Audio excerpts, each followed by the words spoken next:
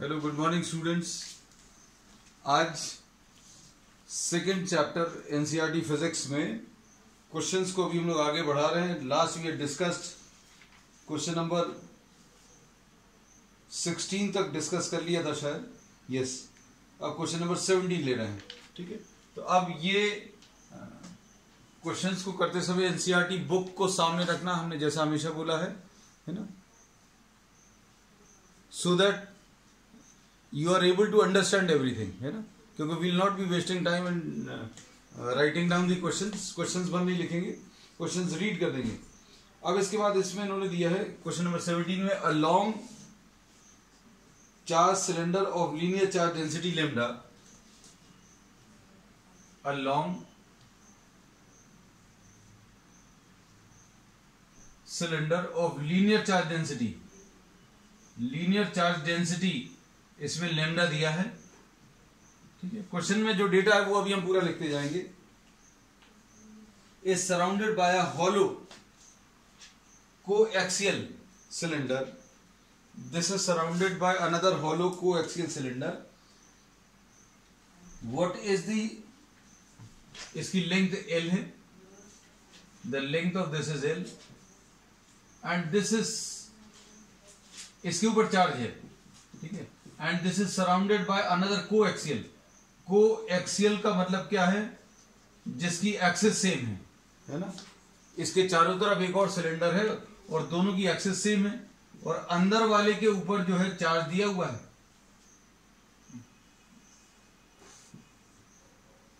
ठीक है, अब इसमें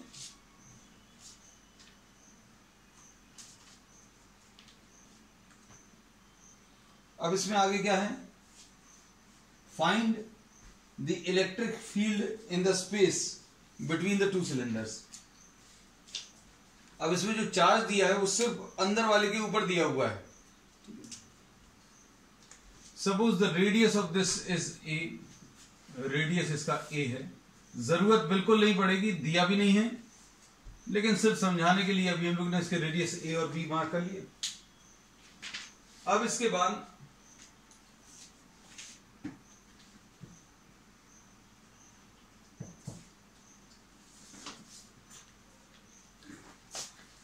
इसमें इलेक्ट्रिक फील्ड आपको निकालनी है बिटवीन द स्पेस, जो दोनों सिलेंडर्स हैं उनके बीच में जो जगह है वहां पर इलेक्ट्रिक फील्ड निकालनी है। और ये चीज अभी हम लोगों ने पढ़ी हुई है कि जहां पर भी आपको इलेक्ट्रिक फील्ड निकालनी है उस पॉइंट से पास होता हुआ आपको एक गॉसियन सरफेस लेना है। जैसे सपोज आपको इस पॉइंट पर इलेक्ट्रिक फील्ड निकालनी है, this is the point P. अब इस पॉइंट पर अगर आपको इलेक्ट्रिक फील्ड निकालनी है तो आपको क्या करना पड़ेगा बेटा?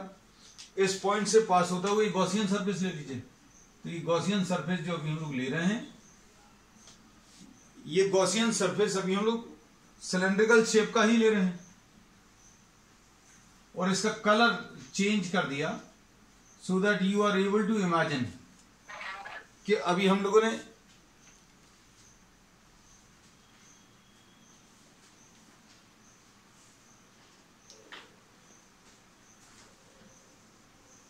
गॉसियन सरफेस कौन सा लिया है।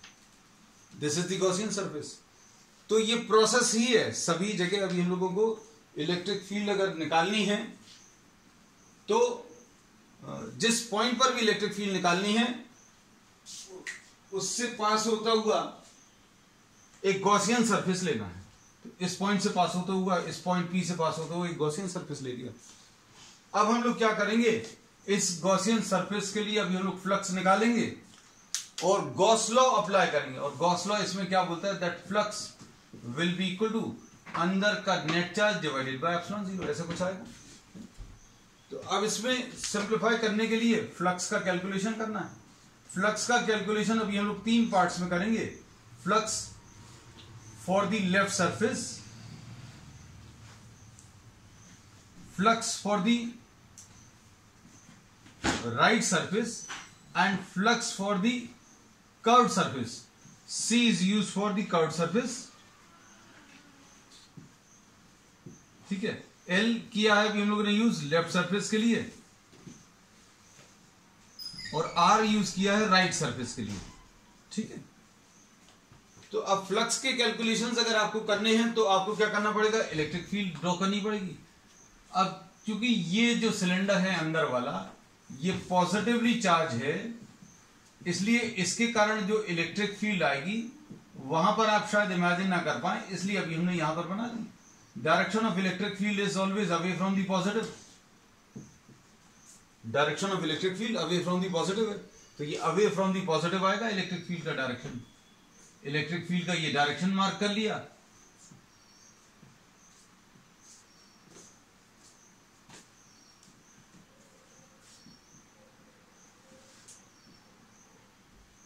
अब लेफ्ट वाले सरफेस को देखो, तो लेफ्ट वाले सरफेस पर ये जो ब्लू जो गॉसियन सरफेस है यहां पर बना लेते हैं। चलो, ये एरिया का डायरेक्शन हम लोग क्या करते हैं, अगर आपको लेफ्ट सरफेस पर कैलकुलेशन करने हैं, राइट सरफेस पर कैलकुलेशन करने हैं और कर्व सरफेस पर कैलकुलेशन करने हैं, तो फ्लक्स का फॉर्मूला क्या होता है? फ्लक्स का फॉर्मूला होता है E into D S into cos theta. मतलब क्या करना पड़ेगा, आपको छोटे छोटे एरियाज लेने पड़ेंगे। कहां पर लेने पड़ेंगे? लेफ्ट वाले सरफेस पर, राइट वाले सरफेस पर और कर्व सरफेस पर। फिर आपको थीटा निकालना पड़ेगा। Theta will be what? The angle between E and ds। Theta जो रहेगा it will be the angle between E and ds। अब इसमें देखो ध्यान से, इस सरफेस के लिए, लेफ्ट वाले सरफेस के लिए, लेफ्ट वाले सरफेस के लिए अभी हम लोग बोलते हैं कि angle between E and ds। अब ये अगर अंदर वाला होलो सिलेंडर, अंदर वाला चार्ज सिलेंडर है, तो इसके लिए इलेक्ट्रिक फील्ड रेडियली आउटवर्ड रहेगी। रेडियली आउटवर्ड मतलब अभी हम लोग बोलेंगे इलेक्ट्रिक फील्ड जो है इधर भी बाहर की तरफ, सभी जगह बाहर की तरफ रहेगी, क्योंकि ये पॉजिटिवली चार्ज है। ठीक है, अब आपको इस जगह पर अगर आप देखो तो इलेक्ट्रिक फील्ड आउटवर्ड है, ds मतलब छोटा सा area on the left side लिया है। छोटा सा area on the left side अगर आप लें, ये देखो यहां पर छोटा सा एरिया अगर आप लेंगे तो ds का ऐसा कुछ डायरेक्शन आएगा। इलेक्ट्रिक फील्ड रेडियली आउटवर्ड है, तो ds का ये डायरेक्शन है, इलेक्ट्रिक फील्ड का ऐसा है, तो थीटा की वैल्यू लेफ्ट सरफेस के लिए 90 आएगी। और राइट वाला सरफेस अगर आप देखो तो राइट वाले सरफेस पर एक छोटा सा एरिया ले लो, ds का ये डायरेक्शन है, इलेक्ट्रिक फील्ड अभी हम पहले ही बना चुके हैं, तो इसके लिए थीटा की वैल्यू फिर से 90 आएगी। और कर्व्ड सरफेस के लिए, ये कर्व्ड वाले सरफेस के लिए ds का यही डायरेक्शन है और इलेक्ट्रिक फील्ड का भी यही डायरेक्शन है। ये देखो, अगर आप छोटा सा एरिया लोगे तो एरिया का डायरेक्शन परपेंडिकुलर से मिलता है। यहां पर जैसे एरिया का डायरेक्शन अगर लेना है तो परपेंडिकुलर ड्रॉ किया, यहां पर एरिया का डायरेक्शन लेना तो यहां पर परपेंडिकुलर। ठीक, अब इसके बाद इसमें थीटा की वैल्यू कर्व्ड सरफेस के लिए 0 डिग्री। अब इसको सिंप्लीफाई करें, ये कितना आ जाएगा? E into D S into cos 90। ये लेफ्ट वाला सरफेस आ गया। ये कितना आ गया? E into D S into cos 90। ये राइट वाला सरफेस आ गया। और यहां पर E into D S into cos 0, ऐसा कुछ आ जाएगा। ये कर्व सरफेस है। अब ये cos 90 वाले टर्म्स तो चले जाएंगे, 0 आ जाएगा, ये 0 आ जाएगा। ऐसा काटना नहीं, हम सिर्फ समझाने के लिए कुछ चीजें काट देते हैं या सर्कल कर देते हैं, आपको वो सब करने की जरूरत नहीं है ना। अब हम लोग इसमें क्या करेंगे, बेटा फोन को म्यूट रखना बेटा, सभी लोग। श्वेता बेटा फोन को म्यूट रखिए, है ना, नहीं तो अभी हम आपको एक सिंपल सा ऑप्शन है हमारे पास, या तो यहां से म्यूट करेंगे या फिर मीटिंग में फिर आपको वेटिंग में डाल देंगे, है ना बेटा, क्योंकि आप दूसरों को डिस्टर्ब कर रहे हो। अब इसमें क्या करेंगे, E into D S into cos 0। ये कर्व्ड सरफेस के लिए, कर्व्ड सरफेस के लिए अगर आप कैलकुलेशंस करोगे तो कर्व्ड सरफेस के लिए जैसा भी हमने बताया था, यहां पर ds ड्रॉ किया, इलेक्ट्रिक फील्ड का डायरेक्शन ऑलरेडी बना हुआ था, तो angle between E and ds, E और ds के बीच में एंगल 0 आएगा। यहां पर 90 क्यों आएगा? क्योंकि देखो इलेक्ट्रिक फील्ड तो ऐसी है, ds का ये डायरेक्शन है, यहां पर भी यही रीजन, इलेक्ट्रिक फील्ड ऐसा कुछ बना हुआ है, ds ऐसा। तो लेफ्ट कैप पर थीटा की वैल्यू 90, राइट कैप पर थीटा की वैल्यू 90, कर्व्ड सरफेस पर थीटा की वैल्यू 0 डिग्री। अब इसके कैलकुलेशंस अगर आप करें, E इंटीग्रेशन ऑफ ds आ जाएगा, cos 0 की वैल्यू 1 आ जाएगा। तो अब E integration of DS.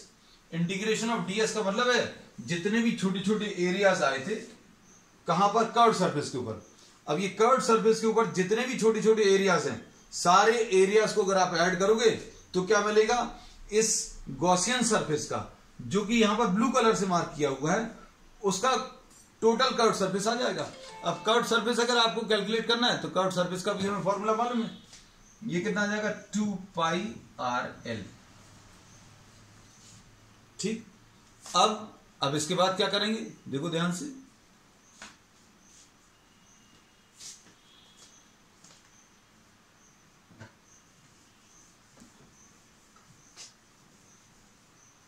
Suppose the distance of this point P, ये पॉइंट P है, ये पॉइंट P है, नीचे मार्क किया है, इसका distance from the centre R है। तो अब हम लोगों ने क्या किया, फ्लक्स की वैल्यू कितनी आ गई है, E इंटू 2πrl, और इसके अंदर का नेट चार्ज कैसे मिलेगा, हमने जो ब्लू कलर का गॉसियन सरफेस लिया है उसके अंदर का net charge will be charge on the inner cylinder. तो इनर सिलेंडर के ऊपर चार्ज अगर आपको निकालना है तो लीनियर चार्ज डेंसिटी को आप लेंथ से मल्टीप्लाई कर दो, और लेंथ इसकी L है। तो अब आपको फ्लक्स भी मालूम है, अंदर का नेट चार्ज भी मालूम है। नेट चार्ज निकालने का तरीका क्या किया, अभी हमने लीनियर चार्ज डेंसिटी को लेंथ से मल्टीप्लाई किया। अगर सरफेस चार्ज डेंसिटी होती तो एरिया से मल्टीप्लाई करके, वॉल्यूम चार्ज डेंसिटी होता तो वॉल्यूम से। अब ये लीनियर चार्ज डेंसिटी थी। अब इसमें फ्लक्स का फॉर्मूला अंदर का net charge divided by epsilon 0, और फ्लक्स की वैल्यू E इंटू 2πrl है, अंदर का net charge lambda L divided by epsilon 0। Cancel करने पर इसमें L और L कैंसिल होगा तो E की value lambda upon 2π epsilon 0 r, ऐसा कुछ आ जाएगा। So this will be what, the electric field between the two cylinders. ठीक है, चलो अब अगर आपको अंदर पूछ लिया होता तो अंदर अभी आपको अगर निकालना है तो अंदर आप गॉसियन सरफेस ले लेते, और अंदर गॉसियन सरफेस अगर आप लेते, अगर आप यहां कहीं पर गॉसियन सरफेस ऐसा लेते तो इसके अंदर कोई भी चार्ज नहीं आता, इसके अंदर कोई भी चार्ज नहीं आता, मतलब नेट चार्ज 0 होता, मतलब फ्लक्स की वैल्यू 0 होती, मतलब इलेक्ट्रिक फील्ड 0। तो अंदर वाले सिलेंडर के इंटीरियर पॉइंट्स पर इलेक्ट्रिक फील्ड की वैल्यू 0 होती है ना। चलो अब इसके बाद अगर बाहर पूछते तो बाहर पूछने में आपको बाहर वाले के ऊपर भी चार्ज होना चाहिए, कितना चार्ज होना चाहिए वो दिया हुआ होना चाहिए, अगर 0 है तो वो भी मेंशन होना चाहिए। तो ऐसा कुछ दिया नहीं है, इसलिए क्वेश्चन में पूछा नहीं। ठीक है, अब इसका next problem,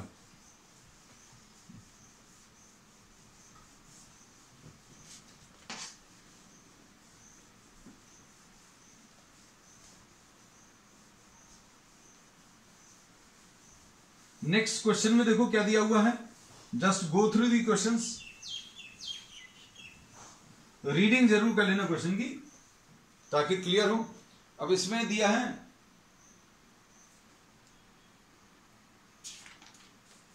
in hydrogen atom the electron and the proton are bound at a distance of 0.53। Question number ये कौन सा 18 है।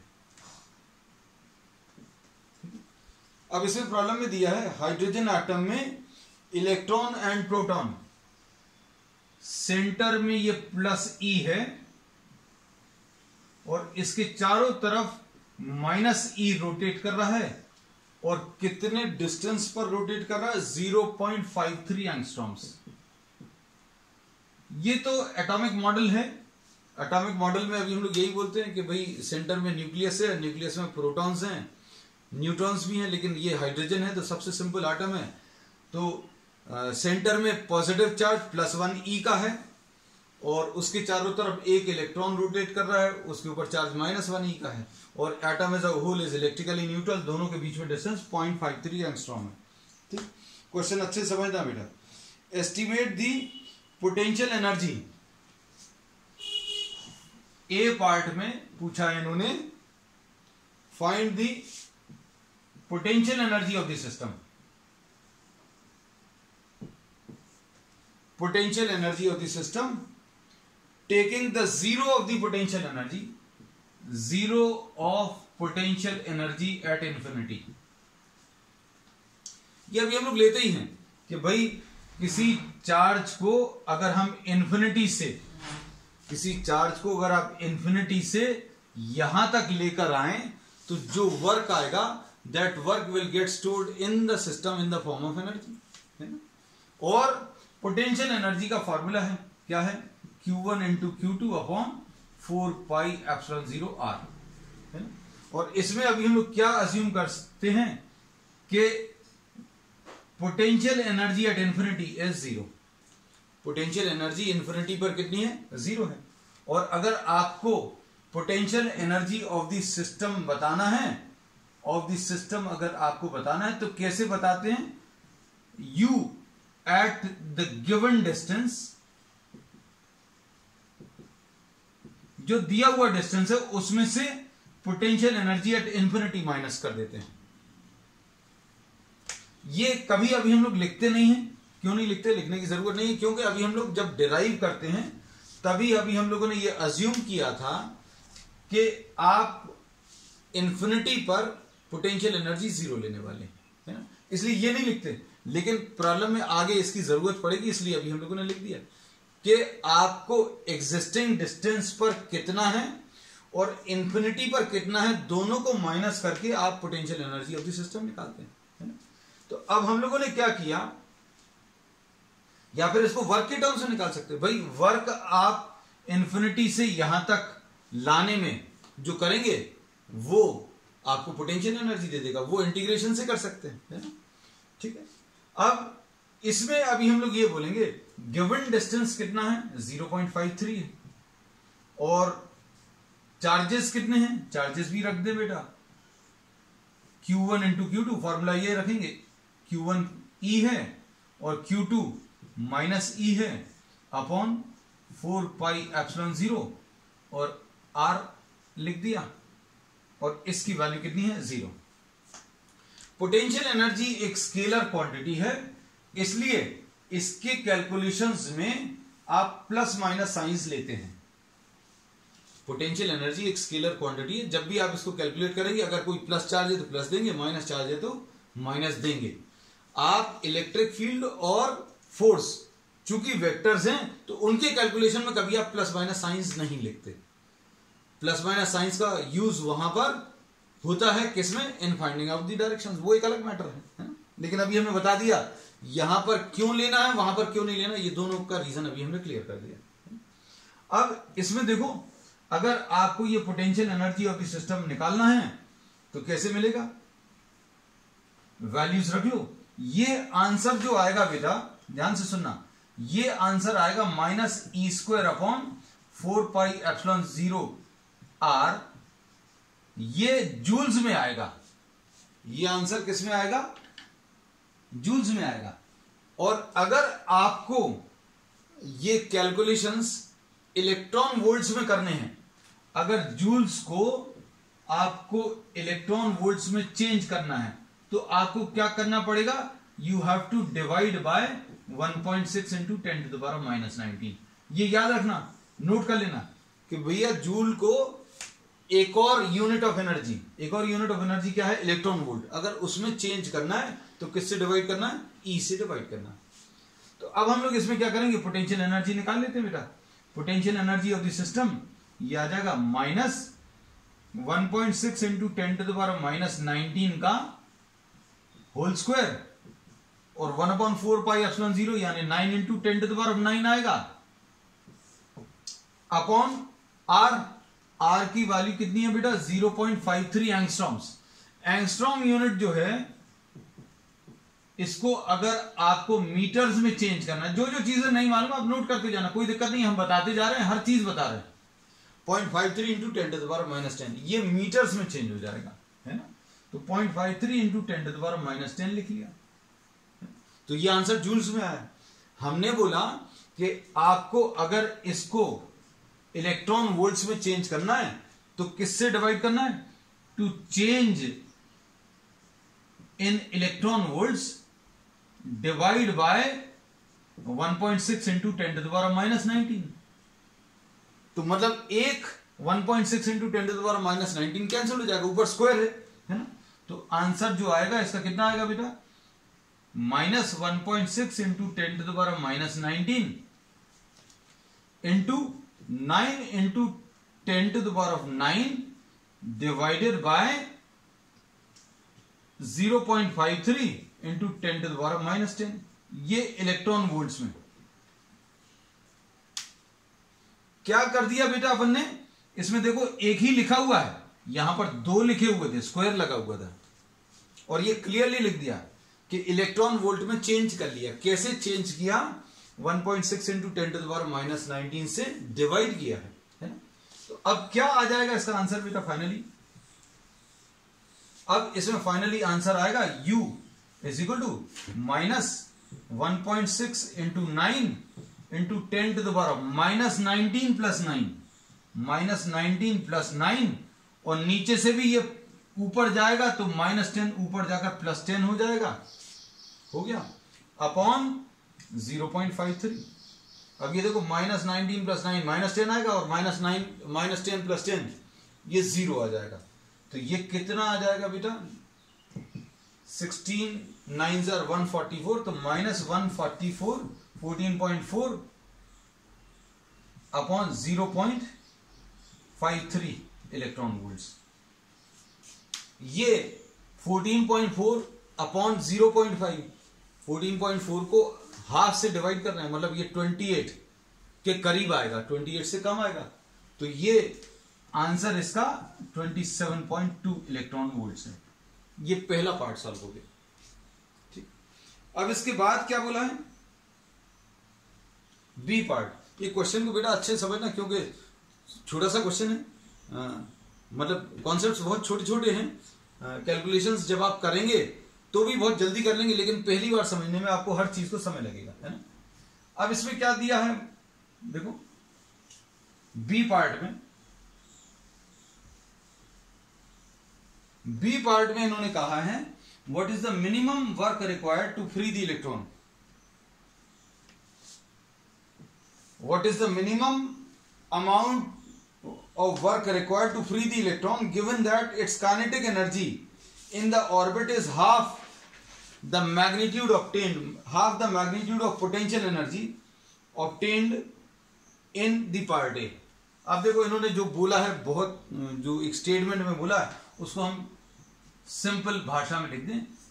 इन्होंने बोला काइनेटिक एनर्जी जो है half of the potential energy का मैग्नीट्यूड है। अब मैग्नीट्यूड क्यों लगा दिया भैया, काइनेटिक एनर्जी तो नेगेटिव हो नहीं सकती, तो पोटेंशियल एनर्जी जो आपने निकाली है इसको पोटेंशियल एनर्जी लिख दे रहे हैं ना, कंफ्यूजन नहीं रहे आपको।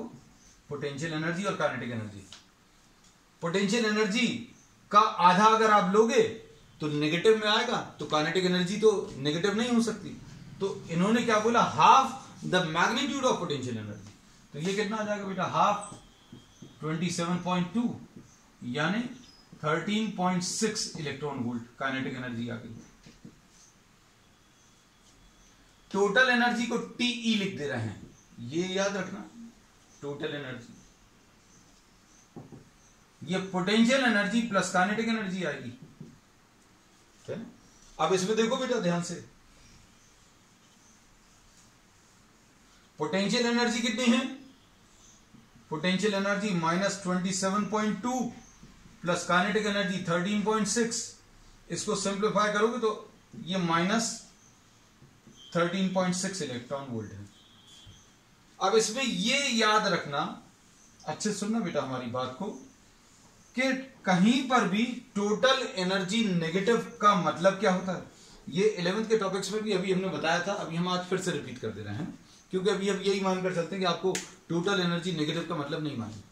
अब इसमें टोटल एनर्जी कहीं पर नेगेटिव आ रही है, मतलब जो फोर्सेस इन्वॉल्व हैं, एनर्जी है मतलब फोर्स है ना। टोटल एनर्जी नेगेटिव आ रही है, इसका मतलब ये है कि जो फोर्स इन्वॉल्व है वो अट्रैक्टिव है। मान लीजिए आपको हाइड्रोजन एटम नहीं दिया हो, तब कुछ आपने अभी तक जो कुछ भी किया है वो अगर आपको नहीं मालूम, आपको सीधी एक लाइन दे दी कि टोटल एनर्जी नेगेटिव है भाई, है ना, तो नेगेटिव देखकर आप जो मतलब निकाल सकते हो बिना कुछ और जाने, टोटल एनर्जी नेगेटिव का ये मतलब निकाल सकते हैं कि जो फोर्स इन्वॉल्व है वो अट्रैक्टिव है, अट्रैक्टिव नेचर का है। अब चूंकि हमें तो चीजें मालूम है, अब देख लो वापस, नेगेटिव टोटल एनर्जी का मतलब ये है कि ये हमेशा इसकी तरफ अट्रैक्ट होता रहेगा, है ना, और अट्रैक्ट हो रहा है, और फोर्स ऑफ अट्रैक्शन कितना आएगा बेटा, फोर्स ऑफ अट्रैक्शन आएगा Q1 Q2 upon 4 pi epsilon 0 r²। अगर आपको इस इलेक्ट्रॉन को दूर ले जाना है तो ये जो पॉजिटिव चार्ज है इसको दूर नहीं ले जाने देगा। क्यों नहीं ले जाने देगा? क्योंकि ये इसको अट्रैक्ट करेगा। अब अगर आप इसको दूर ले जाओगे, अगर आप यहां पर ले आए तो R बढ़ेगा, R बढ़ेगा मतलब फोर्स कम होगा। आपको इतनी दूर ले जाना है, इतनी दूर ले जाना है कि इनके बीच में अट्रैक्शन नहीं बचे, और अट्रैक्शन अगर नहीं बचेगा तो टोटल एनर्जी 0 आ जाएगी। और ये कहां पर पॉसिबल होगा? टोटल एनर्जी 0 कहां पर पॉसिबल होगी? Total energy is 0 at what? Infinity. Infinity पर टोटल एनर्जी कैसी आ जाएगी? 0 आ जाएगी। टोटल एनर्जी 0 का मतलब क्या है बेटा? Total energy 0 at infinity. Infinity पर टोटल एनर्जी 0 मतलब उसमें कोई अट्रैक्शन नहीं बचेगा। कितना अट्रैक्शन बचेगा? 0 अट्रैक्शन बचेगा। तो अगर किसी इलेक्ट्रॉन को या किसी भी सिस्टम में किसी एक पार्टिकल को इंफिनिटी तक ले जाना है तो आपको उसकी एनर्जी या तो 0 या पॉजिटिव, तो मतलब इसकी टोटल एनर्जी आप किसी तरीके से ग्रेटर देन और इक्वल टू 0 बना लें तो क्या हो जाएगा? 0 कहां पर होगी? इंफिनिटी पर, मतलब ये पार्टिकल इंफिनिटी पर चला जाएगा। और इंफिनिटी अगर डिस्टेंस यहां पर रखोगे, डिस्टेंस अगर आप इंफिनिटी पर ले गए तो आर की वैल्यू इंफिनिटी हो जाएगी। आर की वैल्यू इंफिनिटी मतलब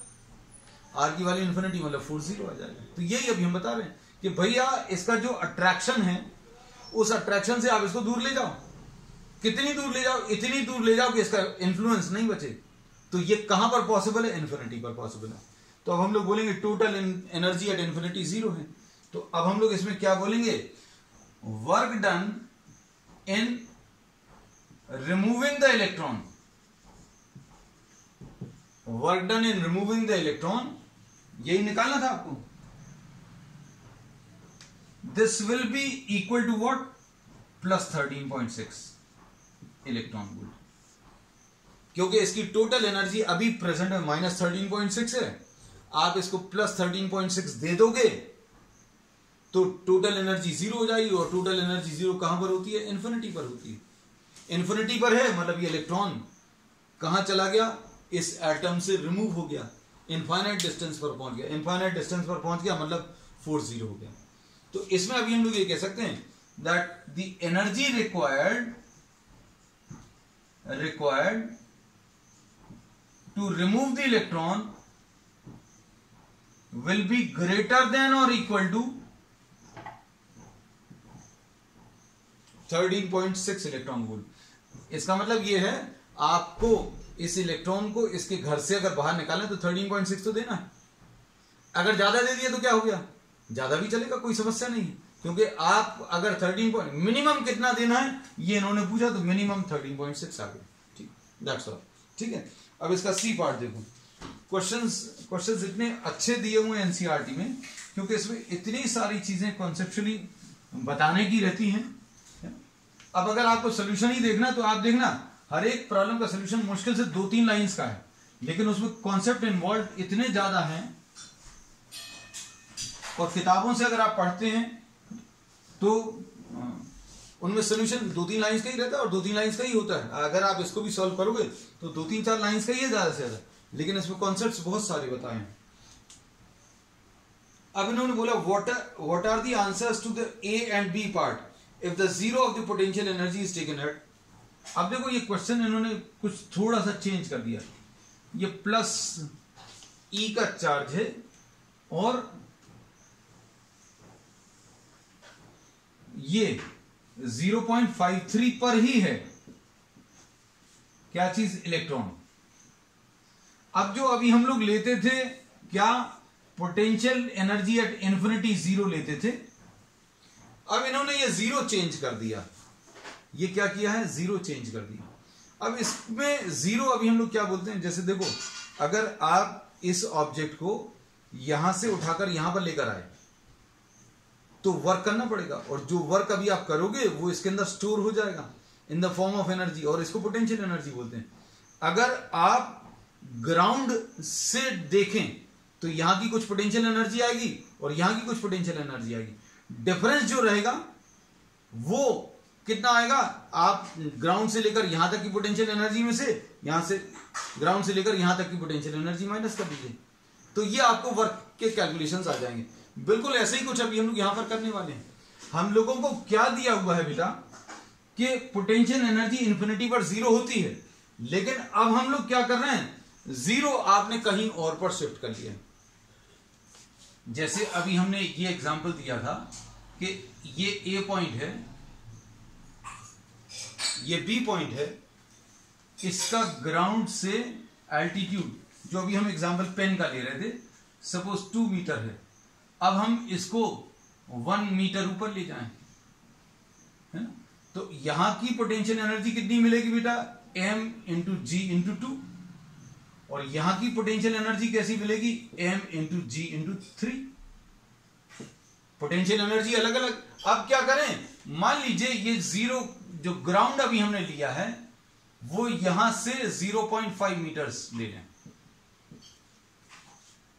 तो जो ऑब्जेक्ट 2 मीटर्स ऊपर था अब वो 1.5 मीटर्स ऊपर बचेगा, और इसकी पोटेंशियल एनर्जी कितनी आ जाएगी, m इंटू जी इंटू 1.5 आएगी, और इधर पर एनर्जी कितनी आ जाएगी, इधर की एनर्जी भी चेंज हो जाएगी, ये कितना आ जाएगा, m इंटू ये टोटल हाइट कितनी थी बेटा 3 थी, अब ये 0.5 वाला कर दे तो m इंटू जी इंटू 2.5 हो जाएगा। तो पोटेंशियल एनर्जी चेंज हो जाती हैं, लेकिन डिफरेंस अगर आप देखो इन दोनों का difference mg into 2.5 minus mg into 1.5, ये कितना आ जाएगा, mg इंटू 1। बिल्कुल ऐसे ही यहां पर है mg into 3 minus mg into 2 मतलब mg इंटू 1। तो चेंज इन पोटेंशियल एनर्जी जो है वो ग्राउंड पर डिपेंड नहीं करती, ठीक है। तो अब हम लोग इसमें निकालने की कोशिश कर रहे हैं पोटेंशियल एनर्जी। पोटेंशियल एनर्जी कैसे निकालेंगे, अब इसको समझना। इन्होंने जो जीरो वाला लिया था वो जीरो वाला पॉइंट जो है वो शिफ्ट कर दिया। इन्होंने बोला कि ये कितने डिस्टेंस पर है, 1.06 एंगस्ट्रॉम पर पोटेंशियल एनर्जी जीरो। अब potential energy of the system अगर आपको बताना है तो कैसे बताते हैं, ये अभी हमने आपको बताया था। Potential energy at the existing distance में से क्या माइनस कर दो, जीरो वाला। जीरो पहले इंफिनिटी पर था, लेकिन अब जीरो जो है is eight a distance of 1.53 angstrom. इन्होंने जीरो वाली जो पोजीशन है वो इंफिनिटी पर नहीं लेकर energy at a distance of 1.06 पर कैलकुलेट कर ली है। अब दोनों अभी हम आपको कैलकुलेट करके बता दे रहे हैं और क्लियर हो जाएगा। अब एग्जिस्टिंग डिस्टेंस कितना था बेटा, minus Q1 into Q2 upon 4 pi epsilon 0, R की value 0.53 into 10 to the power minus 10 था। जीरो कितने पर है बेटा, जीरो है Q1 into Q2 upon 4 pi epsilon 0, 1.06 into 10 to the power minus 10। ये पिछले वाले पार्ट में इसकी वैल्यू जीरो थी और ये वाला पॉइंट कहां पर था, इंफिनिटी पर था। तो जीरो पोटेंशियल एनर्जी वाला इन्होंने पॉइंट चेंज कर दिया। कहां पर कर दिया, इंफिनिटी पर नहीं लेकर कहां पर ले लिया, 1.06 पर ले लिया। और जो अभी हम लोग जीरो लेते थे ये वाली एनर्जी, अब ये वाली एनर्जी जीरो नहीं होगी, कितनी होगी अभी हम लोग कैलकुलेट कर लेंगे। तो ये कैलकुलेशंस तो अभी हम लोग कर चुके हैं बेटा फर्स्ट पार्ट में। कितना आया था बेटा, ये वाला कितना था, 27 पॉइंट माइनस 27.2 इलेक्ट्रॉन वोल्ट था। अब यहां पर कितना आएगा, ये माइनस साइन आएगा, माइनस और माइनस मिलकर प्लस हो जाएगा, Q1 into Q2 upon 4 pi epsilon 0, मतलब ये कितना आ जाएगा 1.6 into 10 to the power minus 19, या फिर डायरेक्टली कर लेते हैं इसको, 0.53 है यहां पर, ये 1.06 है, मतलब जितनी भी ये वैल्यू लिखी हुई है उसको अगर आप डिनोमिनेटर में 2 से मल्टीप्लाई कर दें, डिनोमिनेटर में अगर आप 2 से मल्टीप्लाई कर देंगे तो ये वाली वैल्यू आ जाएगी। ये देखो Q1 Q2 सेम है, Q1 Q2 सेम है, 4 पाई एप्सिलॉन 0 सेम है, ये 0.53 है, यहां पर क्या है 1.06 है, मतलब यहां पर जो वैल्यू आई थी बेटा उसको डिनोमिनेटर में 2 से मल्टीप्लाई कर दो, यानी 2 से डिवाइड करना है, डिनोमिनेटर में 2 का मल्टीप्लीकेशन यानी 2 से डिवाइड, यानी ये कितना आ जाएगा -27.2 डिवाइडेड बाय 2, और माइनस मिलकर तो प्लस हो चुका है, तो ये आ जाएगा -27.2 प्लस 13.6, तो ये -13.6 इलेक्ट्रॉन वोल्ट। और काइनेटिक एनर्जी में तो कोई चेंज नहीं आएगा, काइनेटिक एनर्जी जो है वो सेम रहेगी, काइनेटिक एनर्जी तो रेफरेंस पर डिपेंड नहीं करती, और काइनेटिक एनर्जी कितनी निकाली थी अभी हम लोगों ने 13.6, तो इन्होंने टोटल एनर्जी भी पूछी है, तो टोटल एनर्जी नए सिस्टम में -13.6 एंड +13.6, ये 0 आ जाएगा। ठीक है, चलिए, दैट्स ऑल फॉर टुडे।